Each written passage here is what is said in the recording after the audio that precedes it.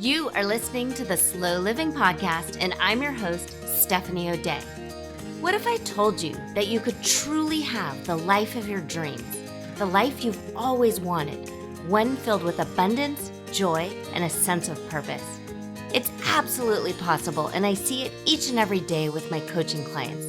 It all starts with learning how to slow down. You deserve to live the life you've always dreamt about. Let's get started.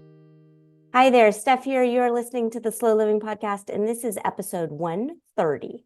I am thrilled that I have Sandi MacDonald on the show today. And Sandi MacDonald is the co-founder of the IAPMD.org website. And IAPMD stands for International Association for Premenstrual Disorders. It was founded in 2013 as a collective resource to share information with fellow sufferers of PMDD. And Sandi is the co-founder, and I'm so thrilled that she's here. So Sandi, thank you for being here. And I would love for you to share a little bit about your story and how this organization got developed. Thank you so much for having me, Stephanie. It's great to be here and be able to share and talk about all things PMDD. My story probably dates back to my first period, like most people that have menstruated. I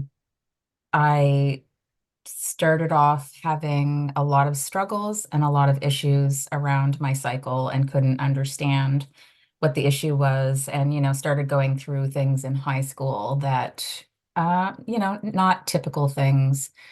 I was I would basically go through really tough times, probably cyclical. It wasn't happening all the time, so you start to have some of those ups and downs, so a lot of mimicking bipolar type behaviors. And back then, which was quite a while ago, don't want to date myself, but like age-wise, that was a long time ago, and PMDD wasn't a thing. Nobody talked about it. It was all about, PMS. So it was, I had really bad PMS all the time. And so started, going to doctors and trying to go through some things, and, started with self-harm, a lot of cyclical type behavior, eating disorder type behavior, binge eating and stuff around my cycles, and still not getting anywhere and not cluing in that there was something wrong. And, continued on that trail. My doctor had put me on birth control when I was quite young to see if that could regulate my cycles, but I was still struggling and having some issues. So, fast forward a little bit to university and started, learned how to drink, and, started binge drinking and doing some things, some other things, risky type behaviors that are not, I shouldn't say not typical of a university student necessarily. However, it became excessive, and the eating disorder ramped up, and some of the other, the self-harm ramped up and continued to get worse. So as I noticed myself aging, a lot of things were worsening. And that was when my first suicide attempt was in high school, but I actually made a more severe attempt in my university stage of life, and came out of that again. And then fast forward to my next stage of life, which was, I settled down, got a job. I shouldn't say, I tried to settle down, because obviously cyclically every month there was issues and things going on. And I started getting being given, antidepressants, SSRIs, different medications from doctors, and asked for a referral to psychiatry, because I thought really that there was something severely wrong with me, because this was happening all the time. And went through, misdiagnosis of bipolar. That was the first diagnosis. Went through the medication treatments, and nothing was successful. Birth control still was not working. Things were just not working. And I, continued to move on in life, worked, had a hard time holding down jobs, had a hard time just with life in general, but still functioned. I would do really well for so much of the month. And then I would, basically go off the rails for a period of time and then pick myself back up. It was the exact same cycle over and over and over again. And so after I became a mom, you start to get lost in some of that because you're not focused so much on yourself, and but still was spinning out and had got severe postpartum depression and postpartum psychosis, and had a really horrific experience after having one of my children. And luckily enough, I was put into care of a psychiatrist that finally listened and finally believed me, and just explored some of the things with me and spent some time with me. And after the baby had turned 1, that's kind of when you're supposed to be let out of that service because it's no longer postpartum according to them, but things were still happening. And so I started doing a lot of my own looking and digging and trying to figure out what in the heck is wrong with me, because this is happening all the time. This has been going on for years and years and years of my life. None of the medications, none of the treatments, none of the therapies, I did everything imaginable. I did Western medicine, I did pharmaceuticals, I did coaching, I did, pretty much anything that you can think of on the market, supplements. I did absolutely everything. And just nothing was working. So with her help, we made some discoveries, and at the time it was still called severe PMS.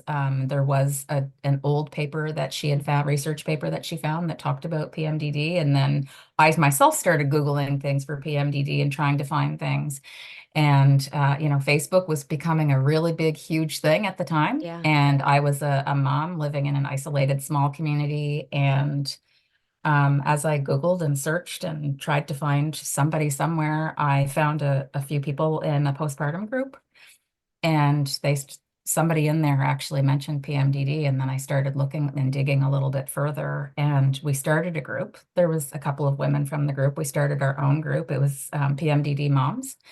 And from there, we started talking and supporting each other. I call it the OG of the peer support programs, the original peer support program. And so myself and my co-founder, that's where we met. Yeah. And that was in 2013. Our stories were similar in many ways. We were moms. We went through, a lot of the same struggles, and so we just kind of connected that way. There was a few of us, and we just were like, nobody's talking, nobody's doing anything. We survived. We're warriors. We're still here. So we have to do something. So we decided to start a nonprofit, which is at the time, it was the National Association for Premenstrual Dysphoric Disorder.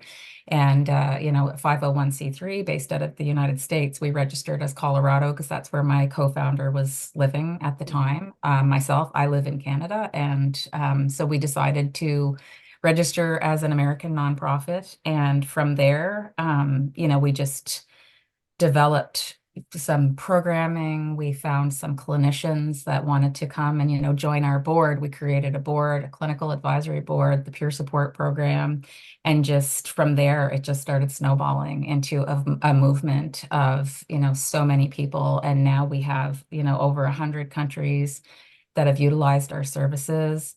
We have, patients from all over the globe. I've spoken to people in countries that I didn't even know were a thing, which We're is a so cool thing. to me, coming from this isolated little community. I no longer live in that isolated little community, but I actually bought a globe because I thought it was so cool. And every time I talk to somebody, even talking to you today is really cool to me because it's such a Yeah. far distance. And, you just realize the reach that social media and talking to people that do some of this work, or can relate to you, you really realize around the world that you're not alone.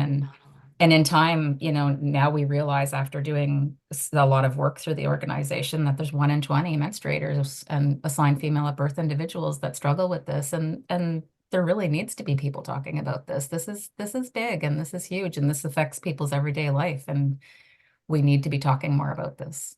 I agree. I love that you are a social media success story, because I have such a love-hate with social media. And I think it's the influencer type culture that I struggle with so much. But the actual connection and finding other people with similar stories is so beneficial. And when you spoke, so much of what you said resonated with me.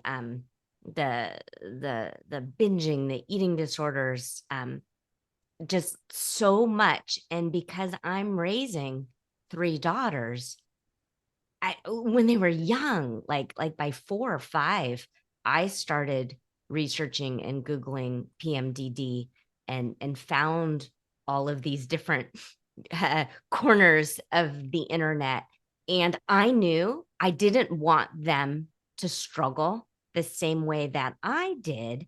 And I have a great upbringing. I am um, very suburban. I have both of my parents my mom and my grandma are wonderful, but we never ever discussed anything. So you know Emily Gilmore, the grandma. Yeah, it's Yes. very similar. Like Steffi, we don't talk about those things. Yes. And I didn't want that. And so even now my own girls are like, oh yeah, well, we don't talk about that in front of grandma. But that's not real. And in real life, we're not the same. And it was very frustrating for me as a mom. And I'm trying to like create a schedule and I'm trying to create things, and everything I keep finding, it's just like eating plans and exercise and like how to maintain all the things that women are supposed to maintain. They were all written for businessmen. I'm like, so this isn't applicable because on this Wednesday, my energy is super high and I'm slightly manic. But on that Wednesday, I sort of just want to become one with the couch.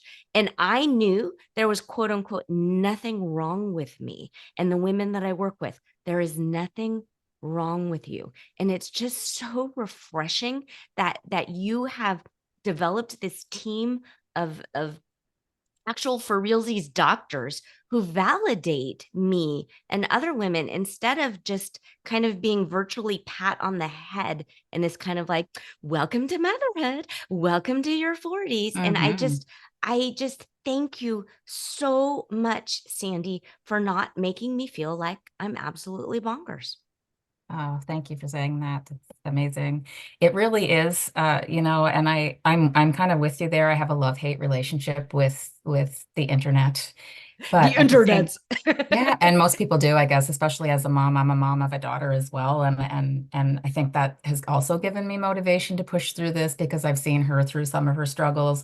There is a genetic link. There is a study that came out, I think it was in 2017, that does show a genetic link. So that kind of also ramped up why I wanted to continue to push forward because I'm like, although my mom didn't get a diagnosis of PMDD, now that I know so much about PMDD, I'm like, oh, this is textbook. Like she went through so much and so many things happened. And I struggled as her daughter, because I was the brunt of all those things and I witnessed all those things. And then I grew up and I had my own struggles. And now I'm watching my teenage daughter who's going through some things and stuff. Thankfully, she's nowhere near anything that my mom and I ever were, but it's still there. But the pressure and the stress, and there's so much negativity to social media. However, there's so many beautiful things as well.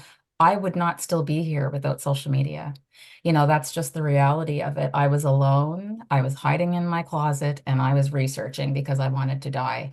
And I found people out there that were similar to me because I couldn't find anybody anywhere on the globe. I thought I was an anomaly. I thought, oh my God, I'm just this one crazy person and there's nobody out there like me. And to find some other people that were like me.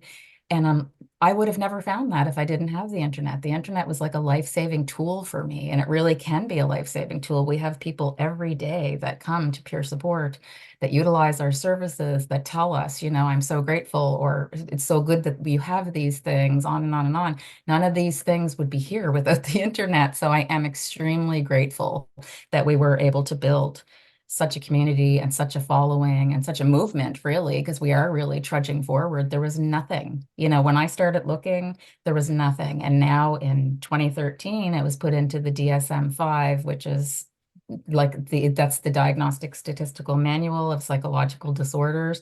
That's Okay. like the Bible of many doctors and psychiatrists and psychologists. And it wasn't even in there until 2013. The ICD-11, which is the International Classification of Diseases through the World Health Organization.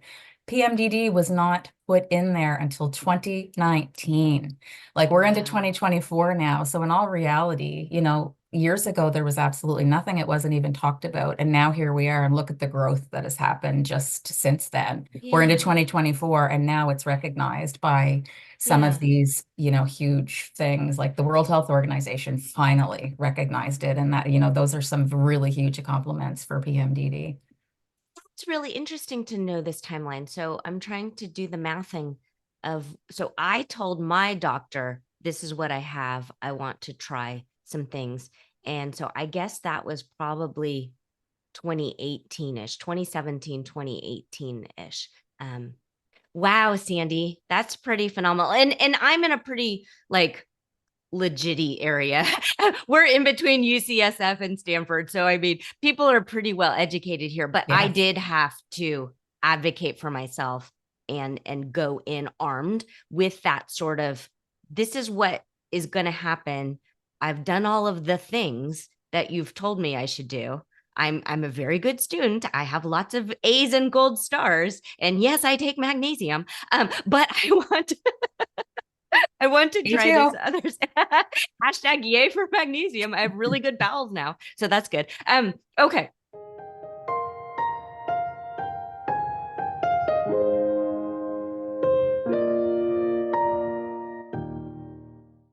When it comes right down to it, we all just want to climb into bed each night, feeling calm, content, and at peace.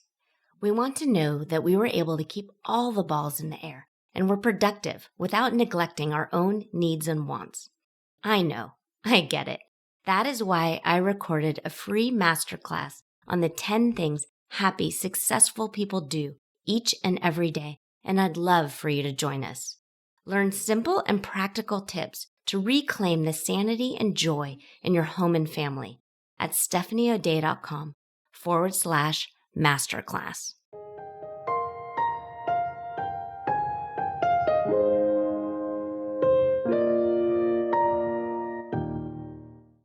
All right. So to be a focused business lady, I do have 5 questions. And so Okay. we've touched upon them. I asked my own Slow Down Society Facebook group, and then I did check in with the Reddit. Reddit, if you are listening and you haven't discovered the PMDD subreddit, that's how I found Sandi. That is a wealth of information. So Sandi's website is IAPMD.org, and we will absolutely link to everything in the show notes. But the subreddit, what I like about Reddit is it's sort of like the olden days of the internet. And you're not trying to gain followers. You're not trying to get likes. You're actually just connecting with other humans. Yes, there's bad apples and trolls, but stay away from them. But it is a wealth of information. So I do have a list of 5 questions, and then most of them, a lot of them we've organically touched on just now. But to be technical, if you think you have PMDD, are there some telltale classic symptoms you should look for? Oh, absolutely. So struggling, probably within 7 days. So your luteal phase. So 7 days prior. And then, when you start to bleed, when you get to that point where you're bleeding and you start to notice your symptoms subsiding, it's really close to a telltale sign that it is a huge possibility. If you're having debilitating symptoms like suicidal ideation, self-harm, some physical symptoms, if you can think of PMS on steroids or PMS times 1,000 or something like that, like just to the point where you can't get up or you don't want to get up or you can't go through the daily living activities, which you should be able to still go through, then you would want to certainly consider PMDD as being an option. And PMDD is it's not PMS, it's very different because it is a sensitivity to the rise and fall of your hormones. So it's not a hormone imbalance. It is a sensitivity. So your body is reacting to the fluctuations of the hormones. And so it is quite different than PMS. It's not just about symptoms. And, you'll find yourself becoming ultra sensitive to many things. You might notice yourself finding sound, lights, some of these things a lot more sensitive, and other physical symptoms might be really ramped up. So those are some things to definitely consider. We have a great self-screening tool on the website that people can use for free, and it kind of talks about some of the symptoms you can go in, and when you go through it at the end, it gives you your results, and it gives you kind of shows you where you fit on the spectrum, somewhere between PMS and severe PMDD. So it's a great tool. It's a great place to start. And again, that can be found on the website. And a lot of people like to start there.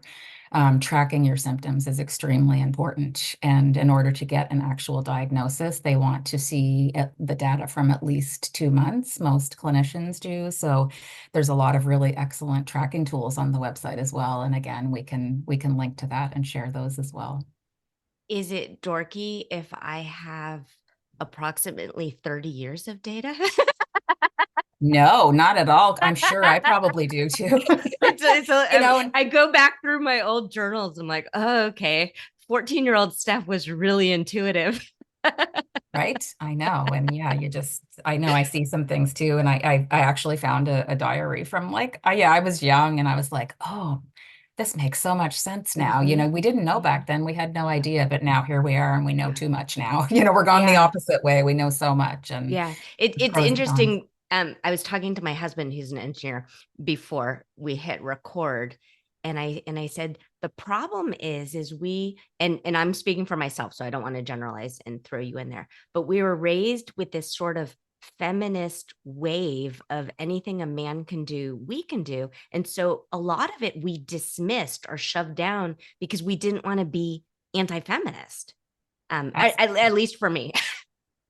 Yeah, and it's not something we could talk about, and it's such a taboo, stigmatized topic. It kills me because I think back to when I was in junior high and stuff, and that's kind of the age-ish when we all started getting our periods, and we were hiding everything, and you didn't talk about it, and you didn't tell anybody. And then, Mhm. I watched my daughter go to junior high, and same thing, she's hiding things, and she's scared to go buy the sanitary pads and on and on. And I'm like, oh my gosh, like this is so many years later, and we're still hiding this stuff. Over half the population menstruate. Why can't we talk Yeah. about it? Why is it a stigmatized thing? Like it's nobody's fault biologically. This is the Yeah. way the world is. People wouldn't be here without us. And Yeah. that's just the reality of it. And yeah, there are some things that men can do that women can't do, and vice versa as well, but it's just we're biologically different. And yeah, it's just And some it's of these okay. stigmatized things should not be. Yeah. Agreed.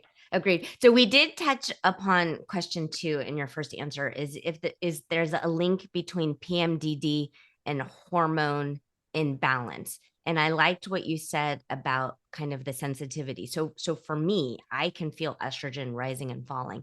And then for me, I linked my severe morning sickness to hormone fluctuations. Does that Right. sound right? Even though I am most def not a doctor in any sense of the imagination. Yes, and me neither.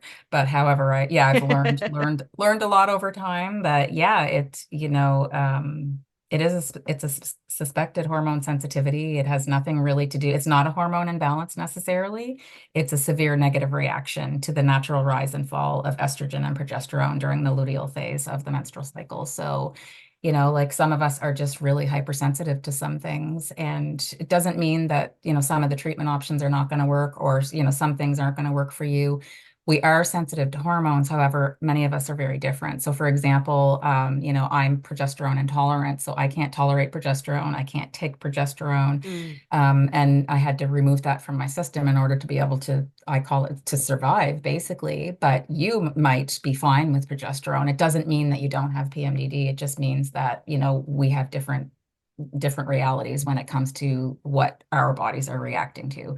Estrogen and progesterone seem to be, the ones that affect women and assigned female at birth individuals a lot more, which makes sense. However, it doesn't necessarily mean that you do or do not have PMDD. It's just people react differently. And that's kind of been a little bit of a controversial issue with us sometimes as well. Have had a lot of people coming, especially where there's new guidelines that came out for the Association of Gynecologists. and obstetrics, ACOCG. So I did that backwards. No, you did great. So, there's new guidelines that came out. We actually have a new ebook coming out in April, which is PMD Awareness Month, that is going to have Mm. a lot of information on this Oh, as well. this episode is then airing at the Oh, beginning of, well, that's wow, awesome. PMDD Yeah, so Awareness Month. That's awesome. Is there a yes, color? Do I need to wear a color? it's teal. Ooh. Teal is the color of all things ovaries. So for ovarian Oh, cancer, I didn't cervical know that. cancer, PMDD, anything that's related to the ovaries and the reproductive Okay. mental health system, all things teal. So we will be having a lot of events, and we'll have stuff up on the website and stuff like that as well. But yeah, a lot of new things coming out. So a lot of controversy around, I'm sensitive to estrogen, I'm sensitive to progesterone, blah, blah, blah. Well, everybody reacts differently. And we have to realize that, there's other hormones in the body as well. Those aren't the only ones. There's cortisol. So people react to cortisol, and people also talk about, some people can actually feel some of those things. And again, like you said, we are definitely not doctors. We're just people that are speaking from experience and the things that we've learned as we go, especially through the organization. I think I've learned so much, and am very grateful for all the information and all the wonderful clinicians, volunteers, my board of directors, et cetera. Because yeah, this is, like we said, this has been Mm. life-saving and for many people. So If you have PMDD, does that automatically mean that menopause and perimenopause are going to be difficult for you? I wouldn't necessarily say that.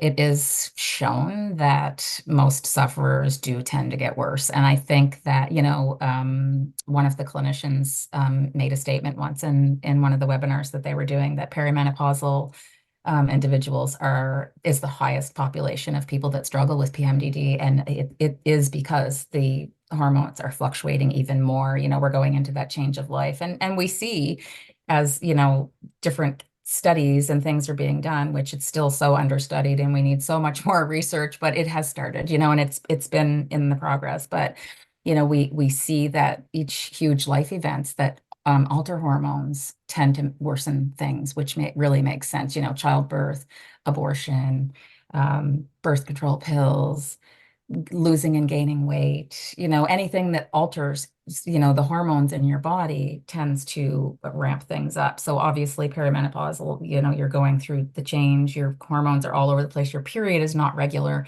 So it's really hard to detect, when you are going to be well or unwell. And sometimes for some people, it feels like they're unwell all the time.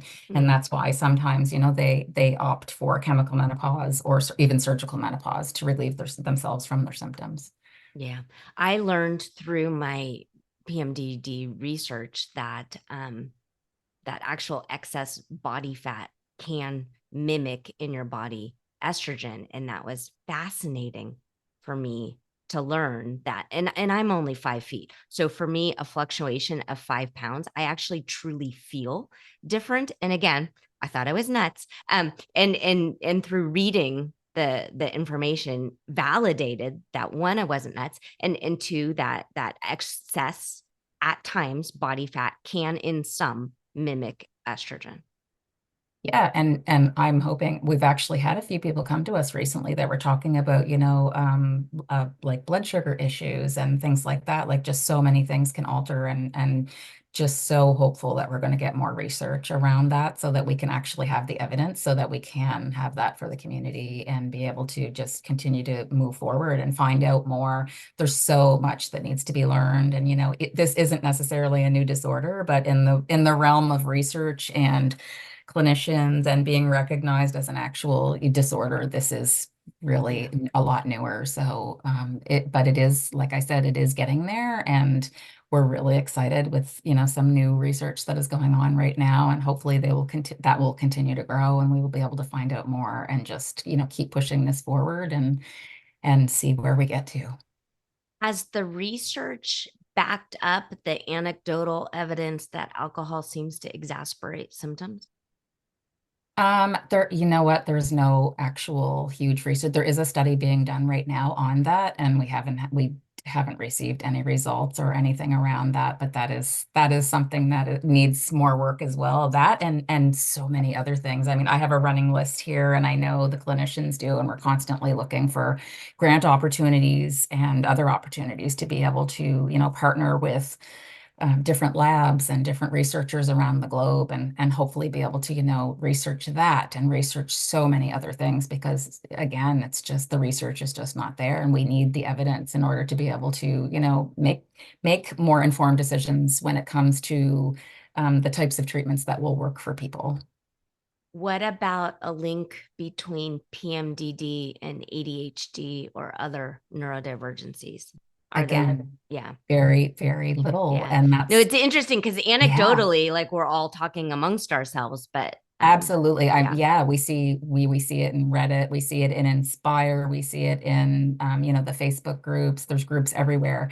And so much talk about, the issues with chemicals and, substance use disorders, issues with autism, ADHD, neurodivergence, and, so many other things. And there's just not a lot of research there for us to be able to say, oh, this much or this percentage or whatever. It's just there's just not enough there yet. So again, we're really trying hard to push the needle forward and try to see if we can get more of this, so that, people want to be informed, they want to know, and they want to know how to fix themselves, or at least try to feel better, because as you know, and as I know, like there's some days, like you said, we've lost years of our lives. We've lost so much time, and we don't want our daughters and other people's daughters and other individuals out there to be struggling and go through some of the things that we went through. So hopefully in time we will continue to get there. But yeah, we're not being quiet, and we're really we're really pushing and advocating for further research and so many other things, because there are, in all reality, there's very few studies being done around the globe. Yeah. And education and awareness is really still needed. It is a lot better than it's ever been, and hopefully it will continue to grow Yeah. and continue to get better, because it's really needed. Yeah. It's interesting. So I just rewatched the Barbie movie over the weekend, and it just bugs me how much research and money and pharmaceuticals are for men and men's ailments, or I'm going to use air quote ailments, and how they need to fix all of the things. And it's just so sexist, and depending on my mood, it really truly irritates me, and I get all riled up, and then at the other time I'm like, well, no kidding. Yeah. No kidding. That's how Well, it's always been. I used to always pride myself on being very open-minded and very, friendly and all these things, which I still do. However, I became really irritated when I found out that Viagra was covered in some places and birth control was not. And I know birth control is a huge controversy. However, for some people, it's a life-saving medication that is needed. And, it is a very sexist, patriarchal type attitude, and it is very disheartening for people when it comes to things that they need to help them function every day, and they can't access it, or they can't afford it, or they can't get it. And there's other medications that, such as Viagra, that is Yeah. a male-dominated medication. Yeah. And I try not to speak out much on that, but when that is one that I don't mind saying a little bit about, because birth control and is needed for chemical menopause. Yeah. It's needed for, it's needed for some people to be able to get through each month.